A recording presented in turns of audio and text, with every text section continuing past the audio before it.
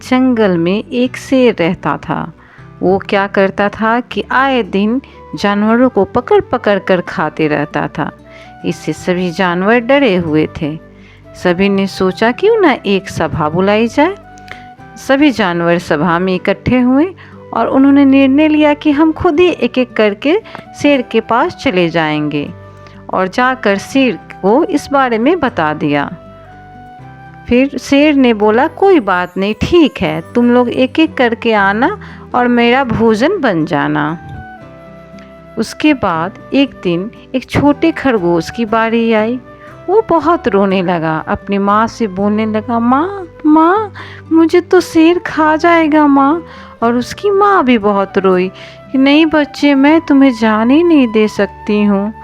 शेर के पास जाने से पहले खरगोश एक पेड़ के पीछे बैठा और सोचने लगा कि किस तरह इस शेर से सभी जानवर को छुटकारा दिलाई जाए। वो सोचते एक प्लान सोचा।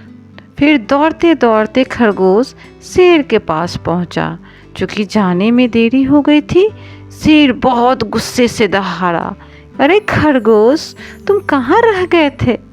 महाराज महाराज, मेरी कोई गलती नहीं है महाराज, जंगल में एक और शेर आया है महाराज। शेर गुस्से से और लाल हो गया, मेरे रहते जंगल में एक दूसरा शेर आया है? मैं जंगल का राजा हूँ, किधर है वो? चलो मुझे दिखाओ।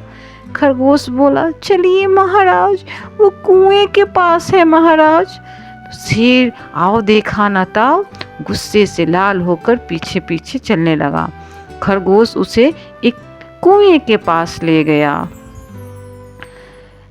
शेर, बता खरगोश, कहाँ है वो शेर? महाराज महाराज, कुएं के अंदर आप झांकिए महाराज, इसी कुएं में वो शेर है महाराज। तो शेर वो बोला, किस कुएं में है? इसी कुएं के अंदर है महाराज। इतने में ही शेर गुस्से से लाल होकर कुएं में देखा तो देखा सच में शेर का चित्र दिख रहा है, जो कि उसकी परछाई थी। उसे और गुस्सा आया, उसने जोर से दहाड़ा।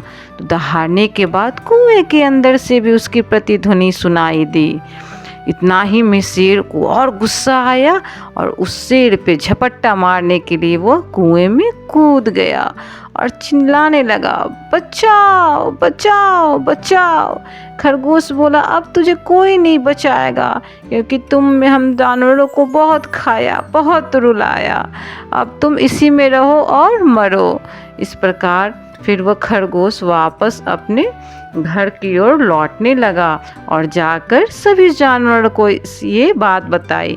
सभी जानवर बहुत खुश हुए। इस कहानी से हमें यह शिक्षा मिलती है कि किसी भी विपरीत परिस्थिति में हमें अपने दिमाग से काम लेने चाहिए और किसी भी समस्या का समाधान करना चाहिए।